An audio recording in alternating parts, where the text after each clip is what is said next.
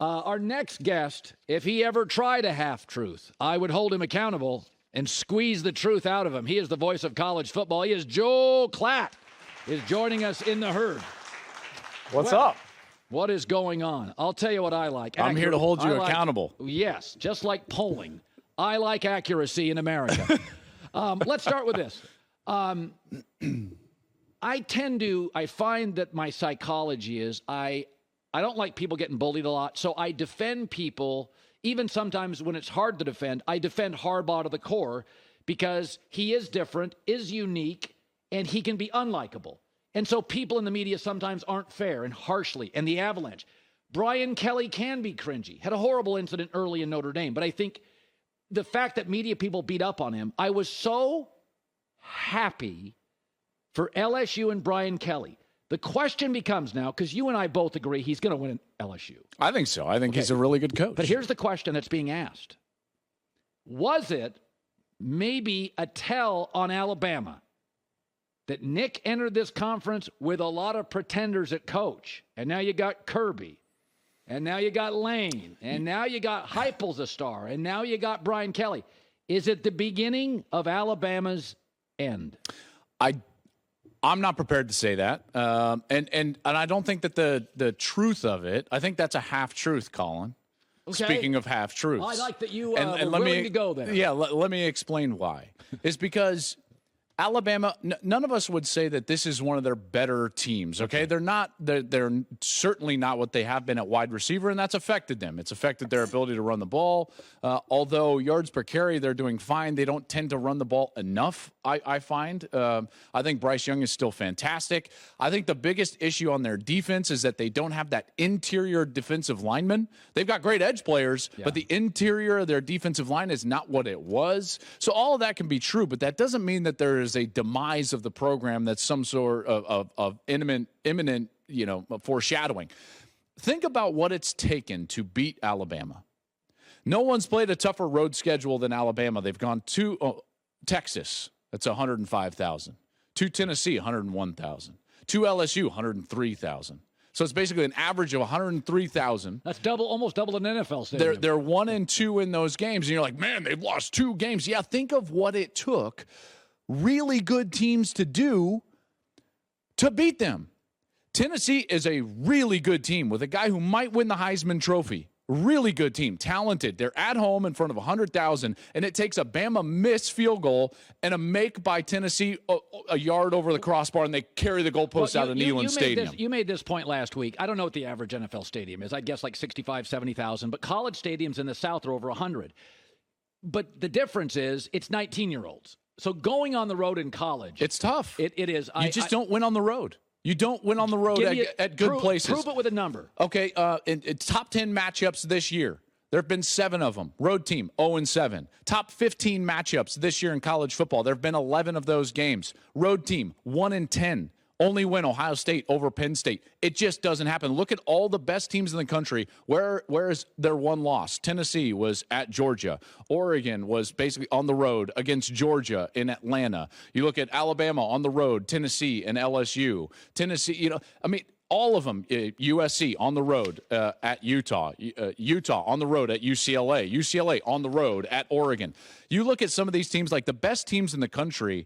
Clemson's won 38 in a row at home. Oregon's won 23 in a row at home. So let me get back to the point about Alabama is like they didn't have the schedule that they were going to be able to go and dominate unless they had one of their great teams, which they don't. Okay, so now all of a sudden their last 3 losses were a really good Tennessee team, a really good LSU team, and Georgia in the national championship. That's far different, let's say, than Clemson.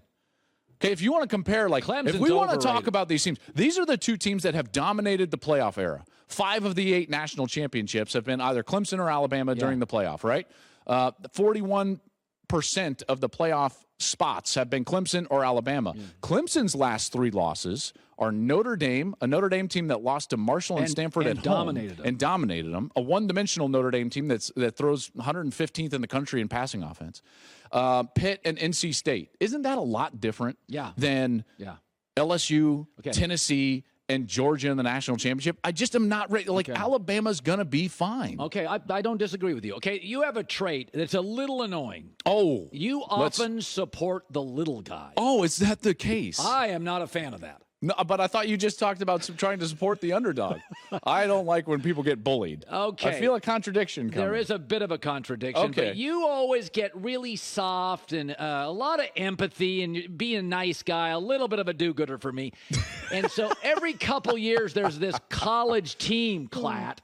You put your arms around Cincinnati or Michigan State. Okay, TCU's not an elite team with elite players. They're going to lose to Texas this weekend probably. But the point being is you got them 4. The playoff system has them 4 because we feel that they've won games close over average teams. I'm looking at these teams below them. Tennessee is whacking people, and Bama can clobber people, and UCLA. You're just doing this because you're a nice guy and you feel it's a good story. You don't think that's the 4th best team in the country. You play to win the games, right? That's the NFL. It should be the college game as well. Now, you don't think this notion that we should just throw results out the window. I'm not saying that. Well, yes, you are. I say TCU could be 9th, 4th, 9th. They're undefeated. Well, they've got quality wins, much more so than USC. Well, give me all the TCU quality wins. They beat Kansas State. They beat Oklahoma State. Well, Oklahoma State's a fraud. Kansas State's Kansas State. Well, those are big wins.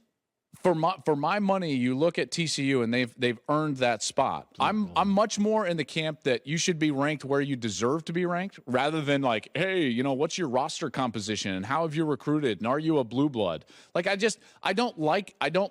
I think you should have to roll if you're a national championship contender. I want to look at your schedule. You better have blown out 5 to 6 teams. I mean, rolled them. If you go look at our last 20 national champions, they roll people. Not all of them. And they can lose again. LSU went to a championship with 2 losses in overtime. Remember that? Colin, you're trying to are you trying to tell me that I'm suggesting TCU is going to win the national championship? So now I think you're conflating what we're doing. If you're going to put them in the playoff, well, if they deserve to be in the playoff, then they should be in the playoff. How about this? Their non-conference schedule included Tarleton State. I mean, I don't even know what that is. I don't really either. I cover the sport for a living. When I saw that, I was like, Tarleton State. Could someone point that out to me on a map? And SMU, which has a good business school, but that's about it. So that and Colorado, no shot because you played there, but I think they're an intramural franchise now. They're not. Listen, I think they went intramurals. Honestly, this TCU team has done everything that they've needed to do. They're also one of the best offenses in college football. They've got an NFL wide receiver. Oh, they do. I'm not suggesting that they're going to win the national championship. By the way, I would pick and will and have picked Texas to not only win this week, but cover the 7 points. Yeah. So it can play out. But that doesn't mean that TCU doesn't deserve to be ranked in that spot. I'm not just here to judge a beauty contest. Okay. Results on the field have to matter. Okay. And so, I do not want to get into a situation where in college football, we throw results out the window and just have this 4-team subjective invitational tournament. That's not what I think it should have been. Okay. And that's not where I'm going to live. You guys have your Harbaugh video left. I said something this weekend, and I meant it. I mean, I do a lot of tongue-in-cheek on Twitter. Okay. That platform's a lot of tongue-in-cheek. But and this was a little tongue-in-cheek, but I do believe it. I think Michigan's the best team in the country. And I think they can go toe-to-toe with Georgia, and the pressure would be on Georgia. I think Michigan's better than Ohio State. I think people are reluctant to say it, but if you go back over the last 20 games, they got about 17 blowout wins in there. So they are crushing, including Ohio State. This is not Michigan from 3 and 4 years ago. Absolutely not. It's a different team. They're faster. Better coached. They've got a better offensive line than Ohio State. The top of that, you said they're the best team.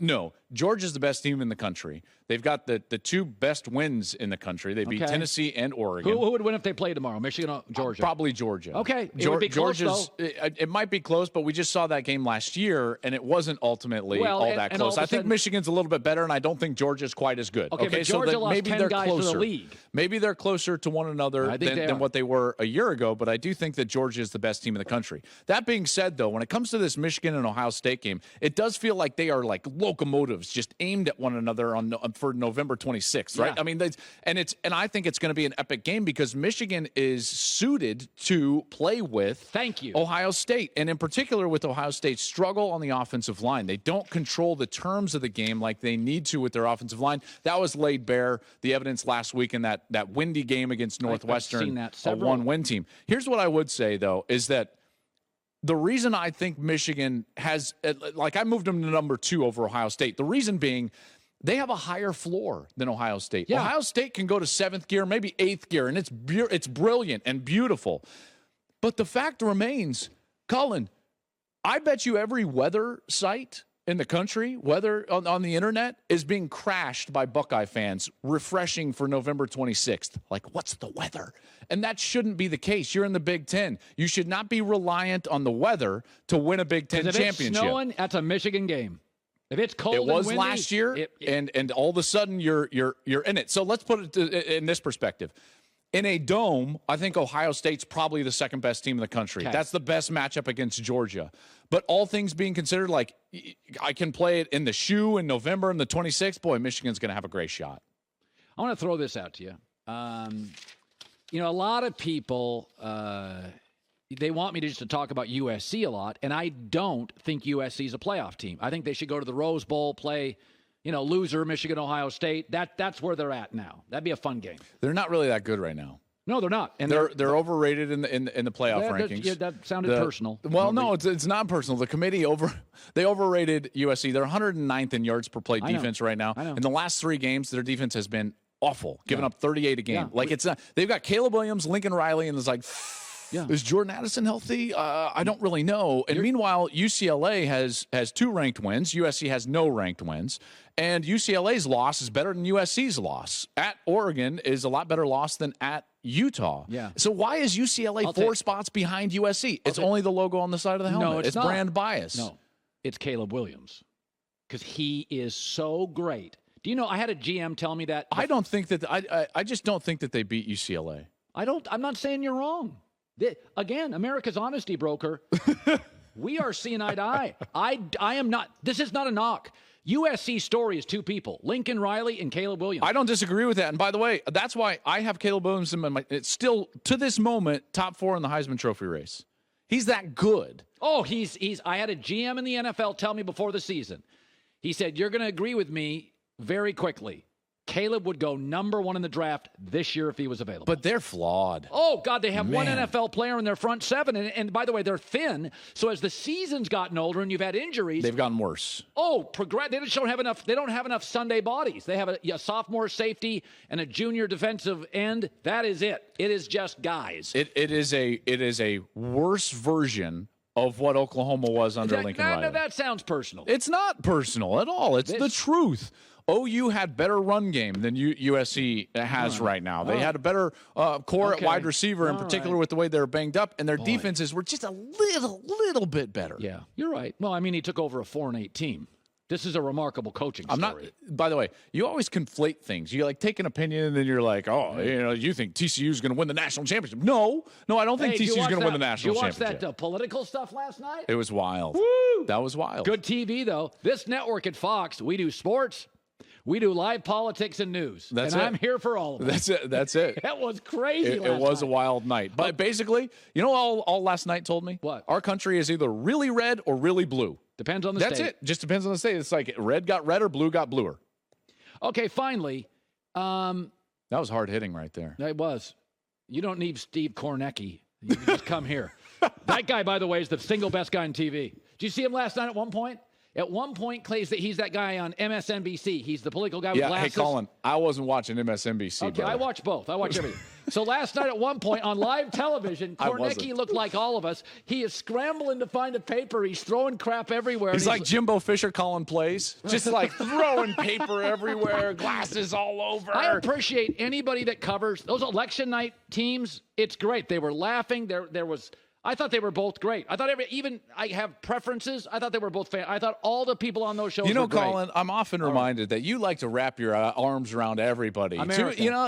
You're just wrapping your arms around them, and I don't think you should. I think you should watch with a more keen eye. Okay.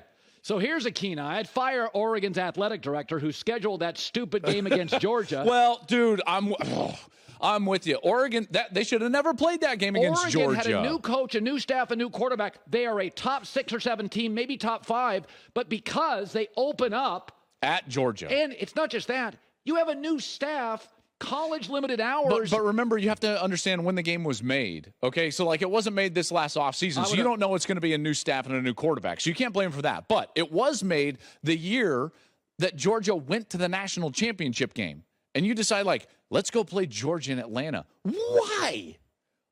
I'm sorry, that just doesn't make any sense. If you want to do a home and home, I can kind of understand it. Although it's just that game is almost single-handedly going to keep Oregon out of the playoff. It's on the administration. I don't disagree with that. Yeah. I don't think they should have played that game. I would have, if I was the AD, I would have called Georgia about 6 days before the game. We're having flight issues. We can't make it out there. Well, we're going to have to forfeit. A forfeit would be better because you could tell the pollsters, hey, we could have won. Now everybody, that's so embedded in their brain, everybody thinks Oregon is awful. They're really good, but they weren't ready for that game. So I cancel stuff all the time. I guess. Don't make dinner plans with Colin. You should see who I'm having dinner with tonight. Big deal. That's disappointing. I raise my children to have integrity. And that's just not the case. I raised my kids to have a cigar and a good time. We're different parents. Okay, Klatt, you're awesome. What game are you doing this weekend? Ohio State, Indiana, 40-point spread. You know what I might just say it the whole game. It's just 28, 34. Just start listing off that's the deficit. Just play the spread the whole time. Sorry, Indiana. That was rude. I apologize. First grade advice I gave my son. He was 11. You know what I told him? What? This is how you light a cigar? No. And have a I said good time? The first day you can bet legally, make a bet the rest of your life. What does that even mean? That means roll the dice and be interesting. It's a better life. You're out there preaching morals and values. I'm like, take the Rangers and the point. That's good parenting. By the way, did you see LSU's only favored by 3 at Arkansas? Well, that's because they faced Bama, and it's hard that if teams that beat Bama. Is it? Because that feels like a trick, right?